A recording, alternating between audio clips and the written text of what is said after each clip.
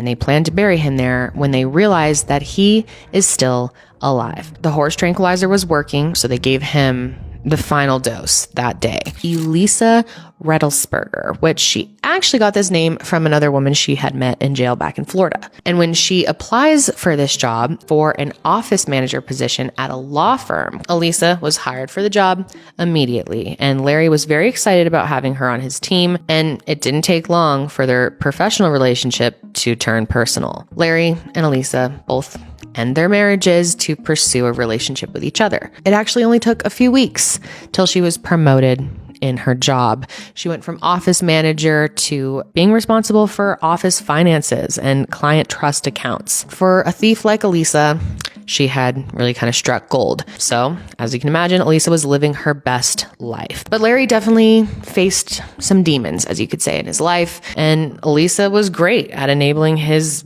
alcohol problem, especially because the less coherent he was, the more she could take from him. And no surprise, not long after Elisa had been working at Larry McNabney and Associates, Larry starts receiving calls from clients who are noticing discrepancies in their accounts. And that's when he discovers that $74,543 is just missing. Obviously, it's Elisa who is stealing this money. And unfortunately for Larry, the Nevada State Bar got involved, and as a result, he lost his license to practice law in Nevada and had to close down his Las Vegas and Reno offices. She was not fired. He didn't report her to police. Instead, he decides to marry her. Haley expected this kind of behavior from her mom and her springing things on her like that. But what she didn't expect was how she was going to be treated. The more that Larry drank, the worse he became to both of them. But despite all of this abuse, they ended up staying together. The two of them end up moving to Sacramento, California, where Larry still had a license to practice law. And even though he had just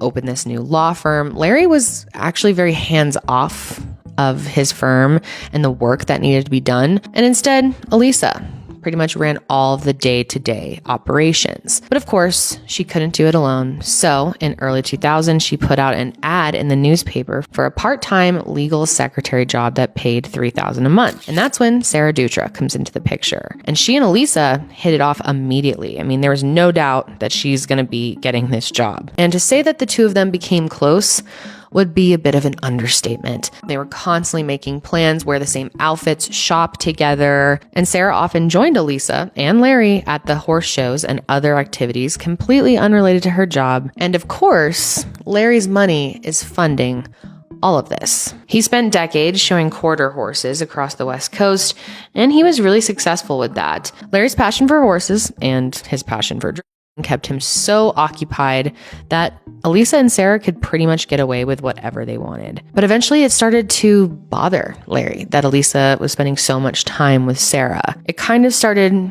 putting a wedge between him and Elisa. But instead of firing Sarah or something, he ends up finding a new secretary to join them. And her name was Ginger Miller. So Ginger came in to manage the phone lines, cash checks, and this is weird, but Ginger started working there in 2001, and she actually never met Larry, the man that she had been hired by. Larry was starting to get more and more annoyed with Sarah and feeling like she was taking a lot of his time with Elisa. And all that tension kind of came to a head on September 9th, 2001. Larry and Elisa were in Los Angeles at the Pacific Quarter Horse Classic when Sarah showed up. This was no surprise to Elisa, but Larry was furious. And that night, the three of them went out to dinner, and Larry ended up yelling at her while they were there and told her to go home. And he also told Elisa to fire Sarah as soon as she could. But that was not going to happen because Elisa loved Sarah. I mean, she was incredibly close with her. And if one of them had to go, it certainly wasn't going to be Sarah. And so she came up with a plan quick.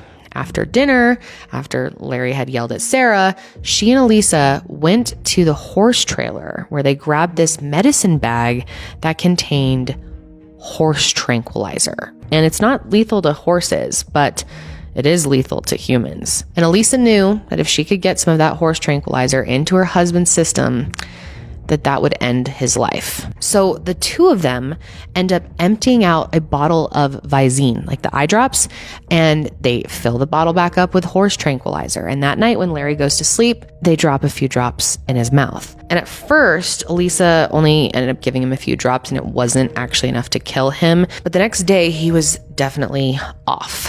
It was September 10th, 2001, and people at the horse show noticed that something was different about him. He was making a lot of mistakes out on his horse, and people knew how good of a rider he was, so it didn't make a lot of sense. He thought he was sick, so that night, instead of going out to dinner, he collapsed on his hotel bed. And that's when Elisa and Sarah decided to give him what they thought was a lethal dose of the tranquilizer. Then the next morning is September 11th, 2001. We all know what happened that day. So the world was quite distracted by that, and that kind of made it easier for Elisa and Sarah to pull this off. They end up renting a wheelchair and they wheel Larry right out of the hotel into his truck. And a few witnesses actually do remember seeing him in the wheelchair, but people said they were distracted by 9/11. They have him in the back seat and they start driving, and they decide to go to Yosemite National Park, which is somewhere that Elisa had spent a lot of time in her life. And they plan to bury him there when they realize that he is still alive, and they feel too guilty to bury him alive. The horse tranquilizer was working and he was starting to slowly wake up, so they decided they needed to give him more. So they gave him the final dose that day. And that's when Larry McNabney died at age 52. At that point, they drive back to Sacramento and they put his body in a wine fridge, literally empty out all the wine and stuff him in there. And then they come up with another plan of how to get rid of his body. And what's so crazy about this case and these two is they go back to work where he owns this law firm, right? And they pretend he's still alive, mostly so that they wouldn't have to deal with people asking questions. They could figure out what to do, but also because they wanted to continue spending his money. So remember, they have a new secretary that works there named Ginger, and she had never actually met Larry. And she wanted to meet him at some point. I mean, she had just started working there. They kept just making up stories about different places that Larry was, why he wasn't coming in ever. And it wasn't just Ginger that they had to lie to. They also had to lie to his kids, to his clients. People were starting to notice that Larry hadn't been seen in a while. And of course, they could also lean heavily on his and tell people that he had kind of disappeared for a few days here and there, which is something that he would do. And part of Ginger's job was to tell people where Larry was, and she'd have to tell them all these excuses that she was getting from Sarah and Elisa. And eventually she just started to get suspicious after weeks of doing that. But one day in late November, she decided that she had to do something. I mean, it was getting so weird. And what really got her was that Elisa threw a fit when she got a letter in the mail stating that Larry's license to practice law in California had expired. And of course, that's because this meant she wouldn't be able to take money from any of their clients or get any new clients. So eventually on November 30th, Ginger has had enough. She knows something's going on. She's not exactly sure what, but she knows there's something. So she goes to the local police station and lets them know. And she actually told them that she thought Larry could be dead and that she felt like Elisa and Sarah had something to do with it. She explained to them that she was in charge of moving money from Larry's accounts to Elisa's, and she also had to cash checks she had written with Larry's forged signature. But ultimately, police, of course, need physical proof that, first of all, the murder happened, but also any illegal activity. So they sent Ginger back to work and they told her to keep gathering information on them while police began to investigate and search for Larry. Ginger spent all of December and the beginning of January keeping track of what Elisa and Sarah were up to. And meanwhile, Elisa had been selling off all of Larry's assets so that she could take the money and run. And by January 2002, she had already pocketed approximately $500,000. Eventually, Elisa started getting suspicious that people were onto her. So one morning, January 11th, 2002, she calls Ginger into work and tells her she needs help moving all of her stuff. And that's when she tells her she's moving to Arizona and she would need help packing their trailer. And of course, Ginger agreed to help, but on her way to help Elisa pack up her stuff, she ends up calling the police. They had taken separate cars to the trailer, so Ginger knew that Elisa would be a few minutes ahead of them. And Elisa must have kind of caught the vibe. I mean, something about Ginger's behavior must have tipped her off because she decided it was time to get the hell out of there. And by the time that police arrived, she was gone. She was off in her new red Jaguar XK8. But she wasn't able to escape with everything because in her rush to avoid police, Elisa left behind the horse trailer that contained a very detailed history of her criminal past, including a 114-page rap sheet. That's right, guys. So that's when police ramped up their investigation big time. And they also figured out her real name was Lauren Sims. They actually tracked down the real Elisa, who, like I said earlier, Lauren met while she was in jail. And this Elisa confirmed that Lauren was actually the person who they were looking for. So with Elisa, Lauren on the run, they have to turn to her business partner, Sarah, who was expecting to run away with Elisa, but Elisa clearly had other plans and left without her. Turns out Sarah had also been fooled by Lauren Sims. And of course, she was angry that she had just left her like that. I mean, they were best friends, but she couldn't really turn her in because she was guilty of the same crimes. And at this point, the search for Lauren was in full swing, with information being shared across the country. But it actually wasn't long till police found what they needed. It was the morning of February 5th, 2002, and a local farm worker in Linden, California spotted a flock of vultures swarming over a nearby vineyard. And when he got closer, he spotted what appeared to be a human leg. Police arrived and it was quickly confirmed that the body of Larry McNabney had been buried in a shallow grave. Then, March 5th, 2002, a federal warrant was put out for Lauren's arrest. The only problem is they didn't know where the hell she was. Now, in reality, Lauren was actually in Arizona, just like she had told Ginger and Sarah she was going to do. And she also decided at this point to reconnect with her daughter, Haley. Lauren decides to admit everything to Haley. And that's when she tells Haley that they killed Larry.